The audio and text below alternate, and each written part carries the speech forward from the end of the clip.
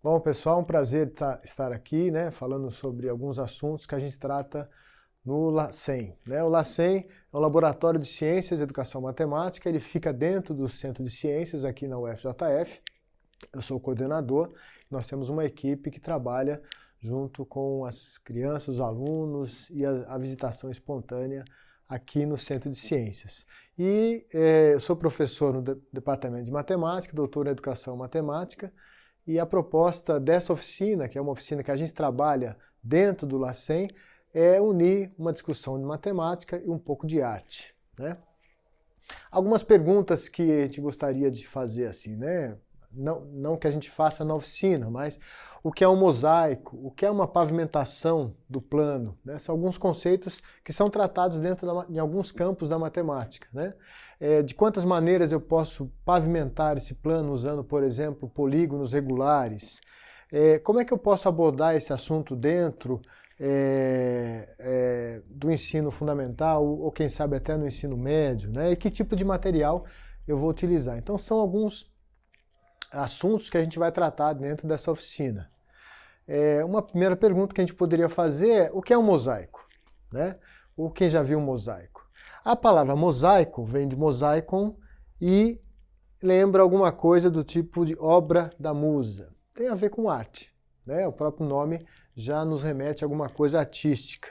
E os primeiros mosaicos datam da antiguidade, antes da era comum, talvez 2.600 anos antes, né? Então, bastante tempo. Nós temos vários tipos de mosaicos, até no nosso dia a dia, né? Por exemplo, esse chão de um banheiro, a própria parede de um banheiro pode ser um mosaico, e essas fotos nós tratamos dentro da oficina também, né? Esse chão já um pouco mais trabalhado, dessa cozinha. Esse mosaico é um mosaico de Juiz de Fora, do centro de Juiz de Fora, muito especial, feito pelo Portinari em 1956. O nome dele são As Quatro Estações, e Portinari é um grande artista, né, que já faleceu em 1962 e deixou esse legado para Juiz de Fora, né. Um outro mosaico já da universidade, de um grupo que trabalha com isso, com essa temática mesmo aqui na universidade, o grupo Agrupa, do IAD, que fez esse mosaico, está ali perto da reitoria lá, e a parte de trás também é uma obra semelhante a essa. Mosaicos que nós às vezes passeamos por cima deles e não nos colocamos atenção, né? Por exemplo, o calçamento da praia de Copacabana, feito em 1970, inspirado na obra de Burle Marx, também um outro grande artista. Esse aqui é um mosaico que traz bastante movimento quando a gente faz a oficina, porque o posicionamento que nós colocamos ele aqui na tela, às vezes você não percebe essa justaposição de um objeto, de um animal conhecido, né? Da figura de um animal conhecido, que é o cavalo marinho, que está em 3 cores aqui. E eles estão feitos de uma forma, todos justapostos, e que você não consegue ver nenhuma lacuna, né, nenhum sobre o outro. Né? É um mosaico que nos traz bastante diversão quando a gente está falando do assunto. Aí nós aproximamos mais para a matemática. Aqui já um mosaico com losangos, né, que lembram cubos, uma visão um pouco mais tridimensional, talvez. Aí vamos lá para os hexágonos conhecidos, né, favo de mel, coisa parecida assim. E aí, outros tipos de mosaicos também mais ligados aos polígonos. Então, essa primeira parte da oficina remete assim a relembrar mosaicos, relembrar coisas que nós conhecemos e já ir preparando o assunto aqui. Quando os alunos são da idade do segundo até o 4º ano, 5º ano, nós trabalhamos em um nível mais de percepção das peças e trabalhar os polígonos e deixar na parte mais artística. E aí a gente convida os alunos a criar o seu próprio mosaico. Para isso, nós entregamos para cada dupla, aqui no laboratório nós trabalhamos em duplas, nós entregamos uma placa de isopor. Nessa placa de isopor, nós entregamos também um saquinho, onde nós cortamos aqui muitos mosaicos muitos polígonos, desculpa, de 3 lados até 12 lados, e uma quantidade razoável de cada um. E também entregamos um tubinho, depois que eles começam a fazer os mosaicos, também tendo muito cuidado, nós entregamos esse tubinho que tem alfinetes com essas bolinhas aqui que estão muito conhecidas. Uma observação que eu gostaria de fazer é que nós nunca tivemos nenhum acidente. Em 2 anos aqui nessa oficina, nós nunca tivemos nenhum acidente com esse material, né? Às vezes o professor fica um pouco em dúvida em trabalhar com alfinete e tudo mais, mas nós nunca tivemos um acidente mesmo, né? Bom, ao colocar esse material nos alunos, eles ficam um tempo fazendo e criando coisas livremente. Isso nas séries mais iniciais, né? Então, ao entregar a base e o saquinho com os polígonos em EVA, a ideia é que os alunos conheçam essas figuras geométricas, né? Então, polígono é uma palavra que é formado por outras duas, né? Poly, vários, e esse partígon, que tem a ver com ângulos. Então, sempre uma figura de vários ângulos. Embora a gente faça uma menção ao polígono mais pelo número de lados do que pelo número de ângulos, não é mesmo?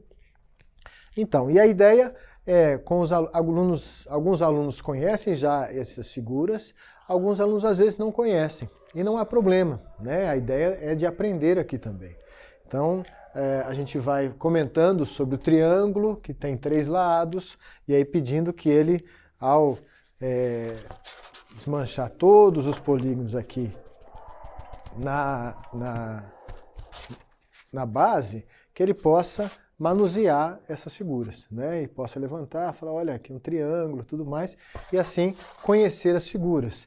E desde 3 lados, 3, 4, 5, 6, 7, até o de 10 lados, né, na sequência, e depois nós pulamos para 12 lados, ok?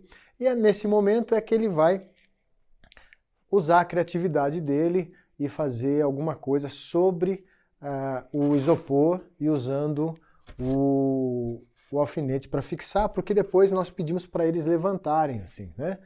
E aí, como exemplo, olha essas 2 oficinas aqui, 2 fotos apenas, né? Aqui vejam que eles fazem alguma coisa que nós poderíamos chamar mais parecido com um mosaico, mas também criam coisas, né? Usam a criatividade com o material. E aqui uma sala, uma escola trabalhando lá, né, na bancada com esse material. Nessa parte nós trabalhamos mais nas séries iniciais, né? Às vezes 5 anos, 6 anos, até quem está ali no 7º ano, dependendo aí uma consulta com o professor que vem até aqui. Se com esse mesmo assunto a gente tem os alunos de séries do Ensino Fundamental 2 que já estudaram alguns detalhes sobre os ângulos e já trabalham algumas equações, assim, né? Nós podemos aprofundar isso. Então, como é que a gente poderia aprofundar esse mesmo assunto? Nós iríamos solicitar também com o mesmo material, né, mas que eles tenham alguma regra para fazer os mosaicos. E a regra seria criar mosaicos de forma que na justaposição dos polígonos não haja espaço e nem sobreposição e os lados fiquem colados um ao outro, porque nós cortamos as figuras de forma que eles tenham o mesmo tamanho do lado, né? Então, essa é a regra colocada lá. E eles agora podem usar a calculadora, né? Porque nós damos a eles uma folha onde tem os valores dos ângulos internos, que eu vou comentar daqui a pouco. Então, esse seria um exemplo da justaposição em que a soma dos ângulos internos me dá o valor 360 graus, né? E aí, nesse caso, não vai ter lacuna e nem sobreposição dos polígonos. E o ângulo interno, né? Aí é uma forma de trabalhar esse conteúdo, né? Então nós temos aqui aqueles mesmos polígonos inicialmente mostrados, só que agora dando ênfase ao ângulo interno. Então o ângulo interno do triângulo equilátero, 60 graus, 90 graus do quadrado, 108 do pentágono, e assim por diante. Nós temos alguns em que nós temos casa decimal, né? 128,57 graus, octógono até o dodecágono 150 graus. E aí tudo isso gera uma conversa, né? E se eu tivesse mais número de lados? Né? Parece que ele vai aumentando o valor, né? 140, 144, 150. Até quanto eu consigo aumentar isso? Né? Só como exemplo, eu coloquei aqui, um polígono com 26 lados teria um ângulo interno de 166,15 graus. Só como exemplo. Né? E aí tem uma fórmula já dada, que poderia ser uma outra oficina trabalhar como chegar a essa fórmula, também é uma ideia bastante interessante, mas aqui é só colocada como uma fórmula de como eu calculo, em função do número de lados, o meu ângulo interno. Né? Então a ideia é que os alunos, tendo em mãos uma calculadora e uma tabela com todos esses valores, façam as suas composições dos polígonos com essa regra agora. Então aqui, por exemplo, eu tenho uma, né, um quadrado, usando quadrado, usando hexágonos, aqui o dodecágono com o triângulo, né, e eles vão criando. E depois eles levantam as suas produções e vão falar quais eles conseguiram. Para que a gente possa estabelecer ali uma conversa sobre isso, a gente estabelece também uma notação. Né? Como é que eu poderia dizer que é essa configuração assim? Ora, quando eu coloco o dedo em um vértice aqui, quais são as figuras que compõem essa junção aqui? Hexágono, hexágono, hexágono. Como tem 6 lados? 6, 6, 6. E isso acontece em qualquer ponto. Olha só, tirando esse que está caindo aqui, 6, 6, 6. Né? Aqui, 4, 4, 4, 4. Então isso é uma notação, uma maneira de eu me referir a esse mosaico de uma maneira simbólica. 4, 4, 4, 4. Esse aqui seria 12, 3, 12. Ou 3, 12, 12. Porque a hora que eu coloco o dedo aqui, em volta desse vértice, eu tenho essas 3 figuras. Aqui também. Né? Aqui eu coloquei só todos os nossos polígonos de 3, 4, 5, 6, 7, 8, 9, 10 e 12 lados, né? Para vocês verem, e da maneira que pode ser trabalhada. E aí a ideia é que eles trabalhem essas configurações e depois a gente faça com todo mundo mostrando o seu trabalho final, de forma que a gente vá catalogando quais são os mosaicos possíveis de serem encontrados. E aí vem todas as respostas. Normalmente a oficina, embora a gente trabalhe aqui com 20 alunos em cada oficina, mais ou menos, elas não conseguem chegar a todas as configurações possíveis, porque isso é também um dado matemático. Né? Quais são as configurações possíveis? E aí nós vamos encontrar que existem 21 combinações de polígonos regulares que podem ser arranjados em volta de um vértice. Né? Então aqui eu tenho uma, aqui eu tenho outra, aqui eu tenho outra. No total eu tenho 21. Mas dessas 21 possíveis, nós vamos descartar 10 porque elas são, como eu poderia dizer, uma combinação de uma anterior. Né? Então ela não é uma nova combinação de polígonos, e sim um rearranjo daqueles mesmos polígonos. Então, para diferenciar, nós temos, na verdade, das 21, 11 restantes. Dessas 11, nós temos 3, uma delas é essa, a outra é esta, e se nós pensarmos em só triângulos, né, são 3, 3, 3, 3, 3, 3, 3, ou seja, 6 triângulos possíveis, né? O 4 que eu falei aqui e o 666 que nós falamos aqui também, né? Que são mosaicos regulares, ou seja, que eles são compostos por figuras do mesmo tipo. E os outros 8 combinações que são geradas por junções de polígonos de tamanhos diferentes, de número de lados diferentes. E isso é um resultado conhecido, chamado Teorema de Kepler, estudado por Johannes Kepler, que foi um alemão, morreu em 1630, em que existe exatamente 11 maneiras de cobrir o plano. Então isso é um dado e a gente também é uma outra oficina que poderia ser feita. É um trabalho que normalmente a gente faz em algumas disciplinas, talvez na graduação, para quem estuda matemática ou alguma parte de exatas, de provar essas 11 configurações possíveis, matematicamente falando. Com alguma aproximação e dependendo de como foi levado, também dá para trabalhar no ensino médio, né, que seria também uma outra oficina, não é o objetivo desta aqui, mas poderia ser trabalhado no ensino médio a demonstração deste teorema de Kepler aqui. As configurações usando aquela notação, olha aí, ó, 4, 8, 8, então se eu coloco o dedo aqui, 4, 8, 8. 4, 6, 12, 4, 6, 12, 3, 12, 12, que é a que eu mostrei aqui, né?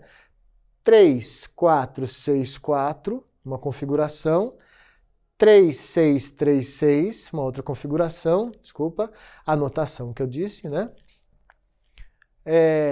3, 3, 3, 3, 6, então vários triângulos e um hexágono, vários triângulos e dois quadrados, 3 triângulos e 2 quadrados, 2 triângulos, um quadrado, um triângulo e um quadrado, né? Em volta aqui, aquela que nós conhecemos, gostei bastante dessa figura, toda cheia de triângulos, as de hexágonos e as de quadrado, né? Então essa é uma finalização dessa segunda parte da oficina, que chega até esse teorema, o qual a gente consegue aprofundar um pouco mais, falando do ângulo interno, falando dessa justaposição e trabalhando com calculadora e tudo mais. E a experiência que nós temos aqui é muito gratificante nesse assunto também, tá ok? Bom, não poderia deixar aqui de fazer alguns agradecimentos e do porquê que é o motivo dessa oficina, né? Queria agradecer ao Centro de Ciências, à diretoria do Centro de Ciências, aos monitores e membros do LACEN. Aqui nós temos todo mundo que participa aqui, tem mais gente que ainda participa aqui, que está chegando novo no LACEN, né? O LACEN é um laboratório que tem 2 anos e muita gente trabalhando nele, com oficinas, inclusive, muito semelhantes a essa, para todos os níveis de ensino. E, em especial, a 3 pessoas que eu acho que me motivaram a isso, né? O professor Rui Madsen Barbosa foi professor na Unesp de Rio Preto, infelizmente ele faleceu há alguns anos, e ele, junto com o professor Claudemir Murari, lá da Unesp de Rio Claro, que me apresentaram assim, né? Esse tema de mosaicos, né? E eu, junto com o Paulo, que nós fizemos alguns trabalhos juntos. A dissertação de mestrado do Paulo, inclusive, é sobre um dos assuntos relacionados a isso. E aí eu consegui essa motivação de trazer essa oficina para o LACEN, esse assunto que me parece bastante rico, trabalhar em sala de aula, tá? Para quem não conhece, o LACEN, esse laboratório tem sua parte na internet. Nós temos um site, temos um Instagram e temos algumas informações no Facebook também. Eu queria agradecer a atenção de vocês e me coloco à disposição para qualquer assunto do que nós tratamos aqui.